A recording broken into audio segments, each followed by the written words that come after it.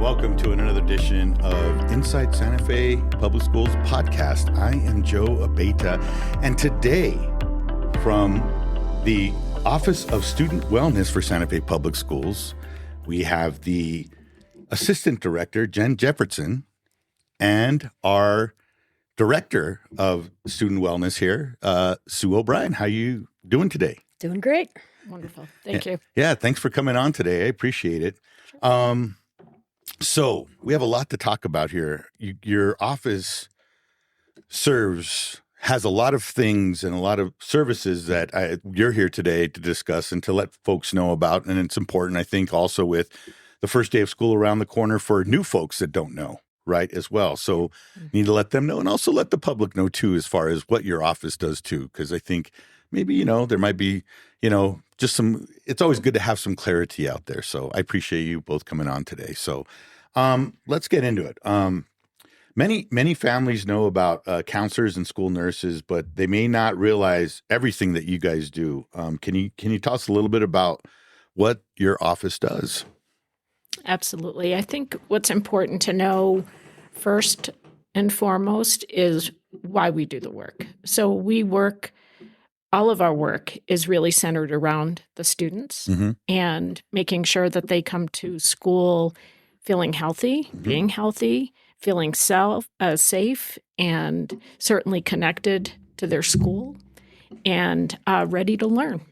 That's all of the programs and services that we provide, help support. Most of it is around not necessarily always removing barriers to what they're experiencing and their challenges are, but helping to address them. So we're going to talk a little bit more in detail about what those specific services are now. I really wanted Jenn to talk about something we're very proud of, which is our mental health initiative. We started and really to address one of the bigger concerns and challenges that our students are facing. Yeah, it's interesting with mental health, how it's something that we need to address, just like you have a stomach ache or you have a twisted ankle. There's no different with it. And I think that this generation of has really put it foremost, put it up front, right? As far as, hey, I think I need to go and talk to somebody, and it's just not, going to my mom and dad, but there's something that I just need to bounce something up of somebody that's a professional that can help me out, and that's outside of my regular circle. So I think it's a good thing. Jenn, I wanted to talk to you. Why has student wellness become so important and part of education today? Well, I think our students are facing a ton of challenges. So, every generation has challenges. Every young person as a teenager has a lot that they're trying to navigate and figure out how to balance school, new responsibilities, independence, all of those things. But I think our young people today are facing even higher levels of anxiety and stress. Some of that's related to coming out of the pandemic. Some of that's related to the financial and economic challenges that many of our families are facing. And then I think something that's kind of new for this generation is, the pressures of social media and what comes with that. Oh, yeah. Whether it's cyberbullying or pressures to appear like everything's amazing and going great and just kind of keeping up with everyone else. And then on top of that, some of our students, they're struggling on figuring out, what food they're going to have. They have unstable housing. They're living doubled up with other families. Many of our families in Santa Fe are, dealing with immigration challenges and fears. And so that's a lot for any person to be managing, but especially a young person. It's a lot to juggle. So I think there's a lot. The challenges are higher for this generation of young folks, for sure. Yeah. Well, that's great, Jenn. But how does the Office of Student Wellness address these challenges? The first thing is we focus on each individual student and we meet those students where they're at. It's not a cookie cutter approach or a one size fits all, but it's making sure that they have access to the types of supports they need, whether that's a school counselor, a school nurse, additional behavioral health support, or other support from staff and teachers, making sure that, each student has the opportunity to show up and do their best and be able to learn, because that's ultimately why they're coming to school, is to learn and grow academically, but it's also important to grow in all these other ways, and so that they can just have the best life that they can have and really thrive. That's awesome. So Jenn, mental health has become one of the biggest conversations in education. Can you tell us about Santa Fe Public Schools' mental health initiative? Absolutely. We want our students and our staff and our families to take mental health just as seriously as physical health.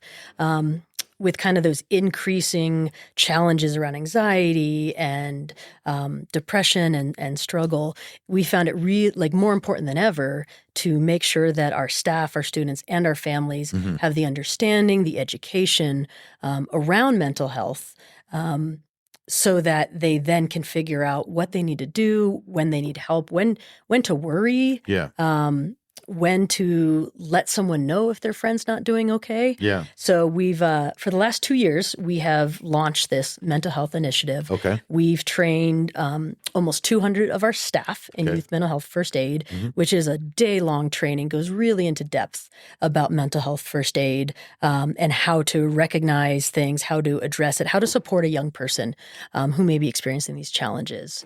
And then for students, we have integrated into freshman health classes. We piloted it last year at Capitol, and this year we went district-wide. So every freshman in our district received and got certified in teen mental health first aid. Oh, that's great. This school year. And so that's over 1,000 young people that have been trained and certified. Okay. And they learn in there what to recognize, what is mental health in general, when is it just, I'm having a bad day, I'm having a bad few days or a bad week, and when is it maybe becoming a mental health challenge? What to do for themselves, but also how can they recognize this in their friend and support their friends? And when do they really need to bring an adult in because perhaps it's escalating, it's becoming a crisis, and how do we get our friend help that they need? And then we've also offered some parent and caregiver workshops to better understand and how to support your child. I think many of us can sort of recognize when there's some mental health challenges, and many of us don't know what to do or where to start. And so this initiative is really about increasing the understanding, increasing the ability to respond and appropriately intervene if necessary. And we've had great success. The students have really liked the program. So they're talking about difficult things, but they're liking it. They're liking having those conversations. Yeah. They're asking critical questions. I got to teach it last year with about 350 of them. And just the amount of knowledge that our young people have today is way different than 30 years ago, or really even 10, 20 years ago.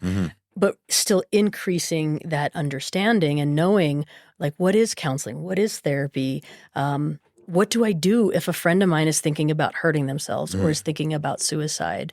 And so it just gives them all the skills and knowledge to kind of really round out. But, our young people are ready and willing to talk about mental health challenges and ready and willing to step in and support each other. And it's just so important that, when we're struggling, we get that help, that we reduce the stigma that keeps people from reaching out for support and accessing those services that they need. Okay. That's great. Sue, I wanted to ask you, you guys have a lot of support going on from your office.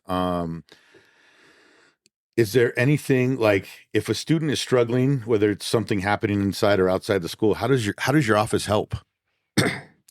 Well, I think that because our office supports our school counseling programs and our nursing programs, our restorative justice support and services that we provide for the students, and I think I said the nursing already, but if students are struggling, any of those people that really come from our office and support the school. So they're in the schools,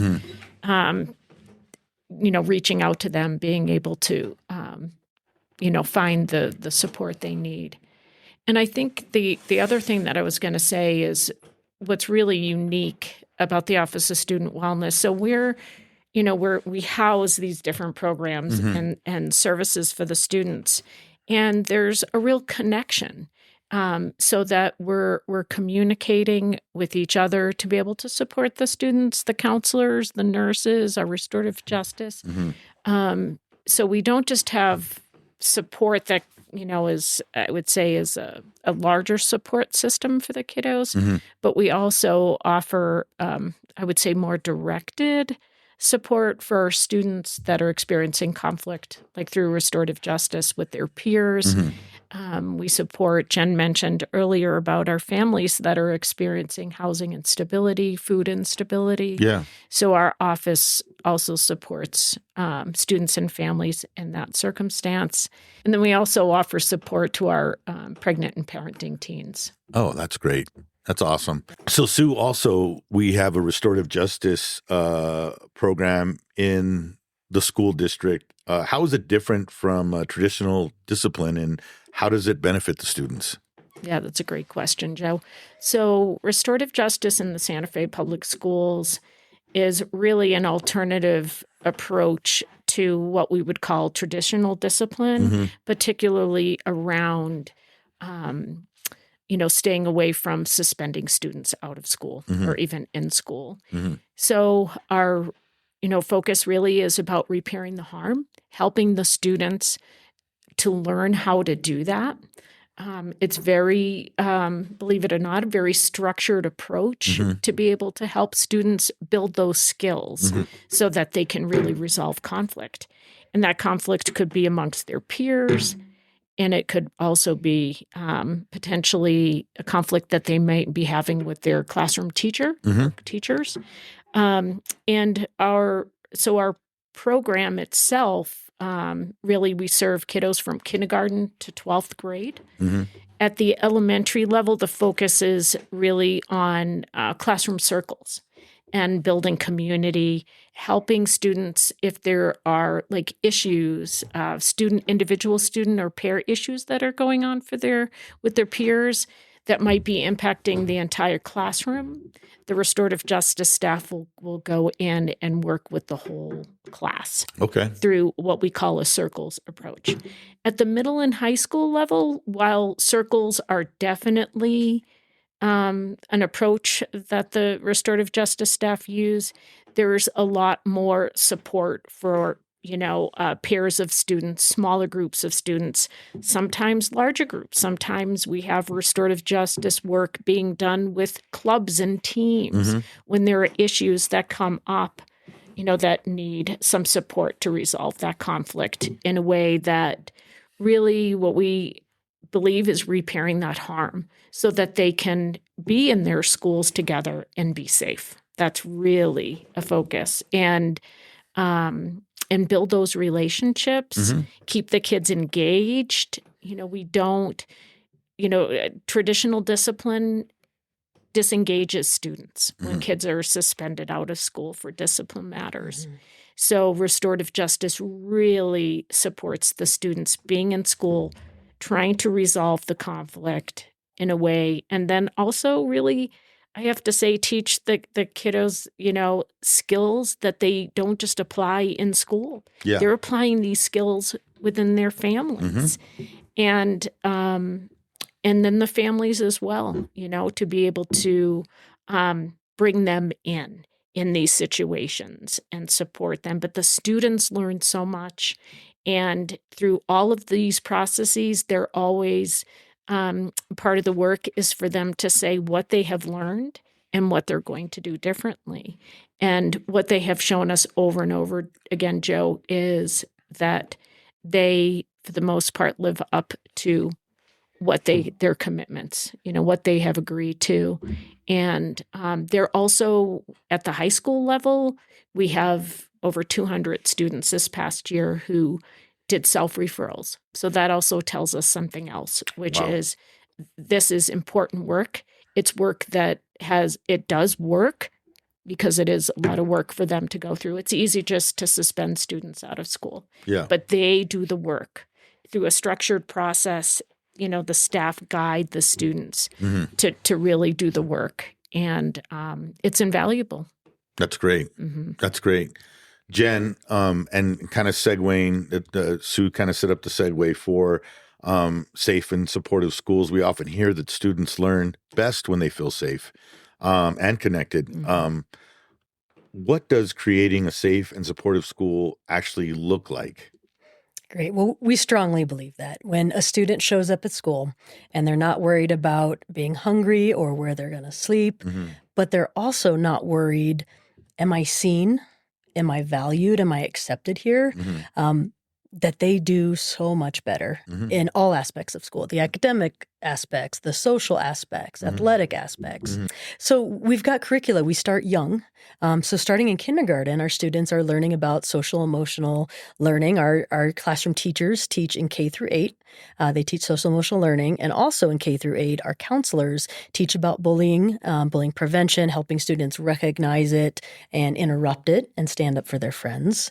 And then in the younger grades, K through 3, we have our child protection unit where counselors are teaching the students about safety, ranging from things about looking both ways before crossing the street, wearing a helmet if it's got wheels, not touching a firearm. But it also teaches what is appropriate touch, how to keep themselves safe, and what to do if something doesn't feel safe. How can they tell someone? So helping those students recognize the ways that they can actively participate in keeping themselves safe. Okay.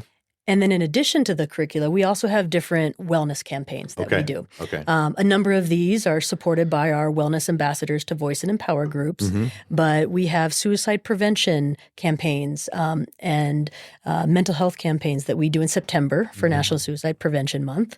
We have some bullying campaigns in October for Bullying Prevention Month. And then throughout the year, we always do our SFPS Gun Violence Prevention Week, which focuses, and we've got to spend some time here with some of our students talking about that. It's been great, yeah. So doing some gun prevention work there. And then also other prevention efforts, like keeping yourself safe, making sure that, trying to prevent substance use, but also really focusing on making smart and safe choices about not riding with an impaired driver, things like that to keep especially our older students safe during graduation and prom and those types of celebrations. So helping them really stay safe in that way. And then we've got some student groups that also help support the school climate. So we've got, WAVE that I mentioned. And then we also have some peer helper groups at a variety of schools and a number of different clubs at each school that help do things at the school site that are promoting kindness, are promoting school safety, school inclusion, feeling connected in a sense of belonging. That's great. Can you explain the safe zones and what they are and why they're important in creating a welcoming school? Absolutely. So Safe Zones is a program to help make sure that every student in our school feels safe, they feel welcome, they feel included, and that they don't feel pushed out. The program was originally started just across the U.S. back in the 90s, kind of to that end and make sure that students feel good at school, and they also feel like if they need help, if they need to talk about something going on in their life, that they can find an adult. And it primarily started with supporting LGBTQ plus young people, but our program has really expanded to every student, but especially really making sure that the students who most often experience discrimination, most often experience marginalization, that it is known and visible which teachers, which other staff members are saying, hey, I'm here for you. I'm a Safe Zones partner. Our Safe Zones partners go through a training so that they are able to recognize and understand, and then also know how to refer. And if the student needs additional help. And the main drive of it is to make sure that students have access to staff and know who those staff that want to put themselves out there a little bit more, to be empathetic, to be non-judgmental, so they know they've got someone that they can go to. That's great. So, Sue, you guys have some wonderful programs here. How can families that are concerned about their child, where should they start in accessing some of these wonderful programs you guys offer? I would recommend, that families connect with different people in the school. Yeah. So, of course, always reaching out to their school counselor. That could be their first place if they feel comfortable, doing so. Their school principal. Some schools have assistant principals. Sometimes the school nurse is the trusted adult for our students, so they can always go to their school nurse. They can call the Office of Student Wellness. We work directly with the schools, and we are a nice way to get support, especially if parents don't feel like they might be getting their needs met. Gotcha. So we can, even help them to understand certain things and how to navigate things. And also, if they know the program coordinators, we have program coordinators in the Office of Student Wellness, and they're working directly with the school staff as well. But Jen and I can always help coordinate that and get the parents to that to the right person. Gotcha. So I think that. Yeah. And then for students can also access, reach out for support and help as they need it. So for our high school students, if they are experiencing that conflict and need to work through something, in all the high schools, they have little posters that say restorative justice with a QR code, and they can do a self-referral right there. They can walk into the Teen Health Center and get their needs met and schedule appointments. They can go to those Safe Zones partners they see. And then students can start, even if they don't know where to start, they can start with any trusted adult at school. They can talk to a teacher. They can talk to even a specialist teacher or an interventionist or the principal or the counselor or maybe the secretary or our custodians or a coach. And talk about that they, share that they need to get support and they don't know where to go. I find that most of our staff, even if they don't know exactly what kind of help that young person needs, they want to help that young person. So then they're going to help reach out and start trying to figure out who can help this student. And then, of course, for young people and also for families can call and say, I don't know how to talk about my child to this, but you can always call 988. And it doesn't have to be, the ultimate crisis. You can call when you're having a bad day. You can call when you're not sure how to support your child. You can call when, your significant other just broke up with you and you don't even know what to do with yourself. So there's really for anything that a young person is struggling with, that 988 is a great place to start. That's great. And I just really encourage both families and young people that don't wait till it's a crisis.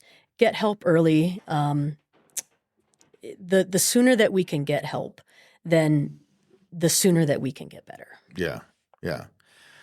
Okay, so this has been great stuff. We're almost out of time, but I just want to leave. I just wanted to ask you if there's one thing, and I'll ask both of you this: if there's one thing you want families out there to get from this and know about the Office of Student Wellness, the message from you guys, what would it be? We're here for them. Nothing that they go through, they don't need to do it alone. We're here, we listen, and we really try to help students and families figure things out. So please reach out to us. Yeah. Jenn? I think I'll focus on the mental health part, is that our mental health is just as important as our physical health. And to not wait to get that support. But it's also not something that we have to be ashamed about, right? We all, I think I can safely say, we all struggle at some point with it, sometimes more than other times, but just getting that support even when you don't know where to start, or having the conversation. And so for parents, talk to your kids, ask them how they're doing, ask them what's going on in their life, like really just have those conversations and make it be okay if they're not okay. Because even when we have mental health challenges, it's not recovery is possible. Mm-hmm. A lot of times when we get the help we need, it's a blip, and then it's something that we can just continue living a really great, successful life. And even if our young person is, really struggling deeply with something, Mm-hmm. it doesn't mean it's going to impact the rest of their life. So if we get them help now, we support them to be successful, we're just going to really help them fly. That's great. Well, thank you both for coming in, spending some time with us, letting the folks know about the wonderful services that your office provides and your partners too that you guys work with too as well. So thank you again. Appreciate that. Folks, thank you for joining us today on Inside Santa Fe Public Schools podcast. Have a great week. Have a safe week. Adios.